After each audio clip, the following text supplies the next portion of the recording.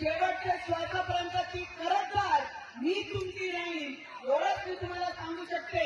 एकदा सगळ्यांनी या आयोजकांनी दरवर्षीचे कार्यक्रम धारणीवरनं तुमच्यासाठी मिळाली. धारणीची दयंती केली आणि तिथून फक्त तुमच्यासाठी एक